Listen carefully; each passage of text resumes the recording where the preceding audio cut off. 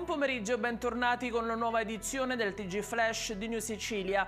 Ancora sangue lungo le strade siciliane, questa volta un incidente mortale si è verificato a Enna lungo la strada statale 117 bis. A perdere la vita una donna, Laura Pizzi di 63 anni, sul posto sono intervenuti i soccorritori del 118 ma ogni tentativo di rianimazione è stato vano. Ancora incerta la dinamica dell'incidente su cui sono in corso accertamenti. Nel sinistro è rimasto coinvolto anche un camion. L'autista è stato portato all'ospedale Umberto I di Enna. E ci spostiamo a Catania, dove nei giorni scorsi all'ospedale Garibaldi Inesimo è giunto un bimbo di appena 4 anni di Agrigento in gravi condizioni di salute. La squadra mobile ha svolto indagini a carico della madre e del compagno di quest'ultima. Grazie ad intercettazioni ambientali e telefoniche si è appreso come i due avrebbero percosso il minore mediante un corpo contundente, causandogli lesioni gravi alle dita delle mani, dei piedi e del sacco scrotale. Il bambino presentava anche delle ustioni presumibilmente prodotte da alcune sigarette. La donna e il compagno dovranno adesso rispondere di maltrattamenti e lesioni gravi.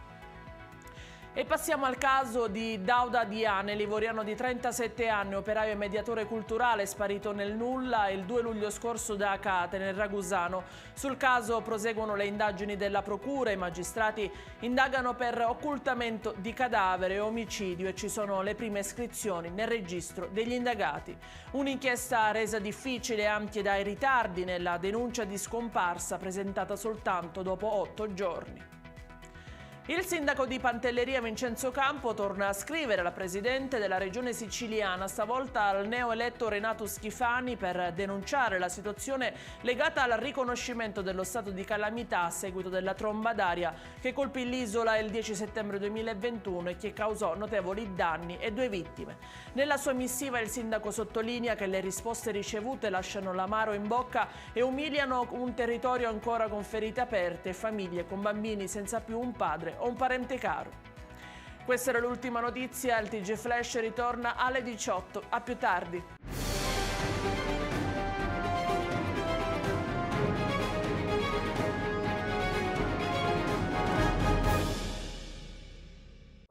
Natale ad Acireale. Dall'8 dicembre all'8 gennaio, nel centro storico, mercatini, circuito dei presepi d'arte, la casa di Babbo Natale, la pista di pattinaggio sul ghiaccio, concerti musicali nelle chiese, laboratori, il trenino turistico natalizio, oltre a tante iniziative di solidarietà.